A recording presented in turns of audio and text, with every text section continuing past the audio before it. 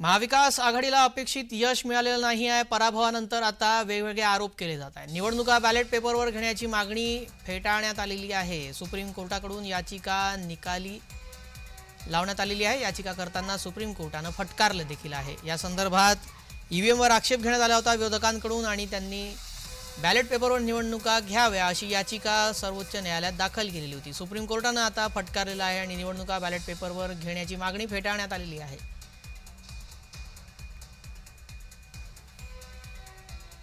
या संदर्भात माझ्या प्रतिनिधी नयन अधिक माहिती देतात। नयन, या संदर्भात काय कोर्टाने आदेश दिलेत?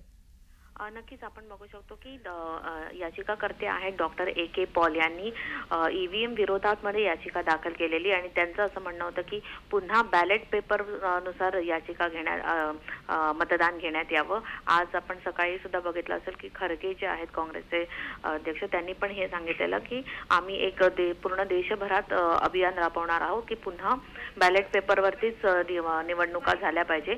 ईव्हीएम वरती ज्या प्रकारे मतदान होत आहे त्याच्यावरती विरोधकांनी आक्षेप घेतलेला आहे आणि त्याच्यामध्ये अनेक ठिकाणी घोळ आढळून आलेले आहेत। तसंच अनेक ठिकाणी मतांची जी बेरीज झालेली आहे ती पण योग्य झालेली नाही अशा बऱ्याच प्रकारचे आरोप विरोधकांनी केलेले आहेत।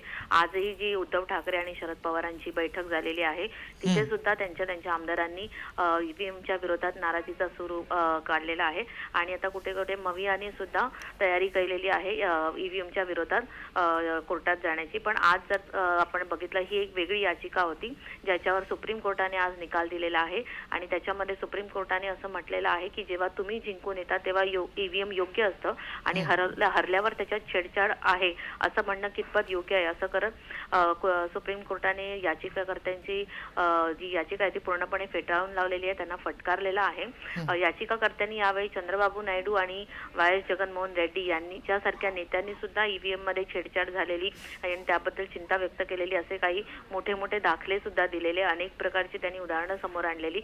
मात्र सुप्रीम कोर्टाने या एका पॉइंटवरती पूर्ण याचिका फेटाळून लावलेली आहे की जेव्हा तुम्ही जिंकता तेव्हा ईव्हीएम योग्य असतं, जेव्हा विरोधकांची सीट जास्त येतात तेव्हा कुठेही ईव्हीएमला दोष दिला जात नाही। जर का आपण बघितलं लोकसभेचा निकाल जो लागलेला यावेळेच्या त्यावेळेस सुद्धा विरोधकांना चांगल्या जागा मिळालेल्या तेव्हा सुद्धा ईव्हीएम बद्दल कोणीही साशंकता घेतली नव्हती। परंतु आता जेव्हा तुमच्या विरोधात निकाल लागले जातात तेव्हा तुम्ही ईव्हीएम वरती संशय घेताय, त्यामुळे हे एकूणच लोकशाहीच्या विरोधात असल्यामुळे सुप्रीम कोर्टाने याच्यावर फटकार लगावत या सर्व याचिका फेटाळल्या। या संदर्भात विरोधक काय भूमिका घेतात ते पाहावं लागणार। तुझा धन्यवाद नयन, आपण दिलेल्या माहितीसाठी।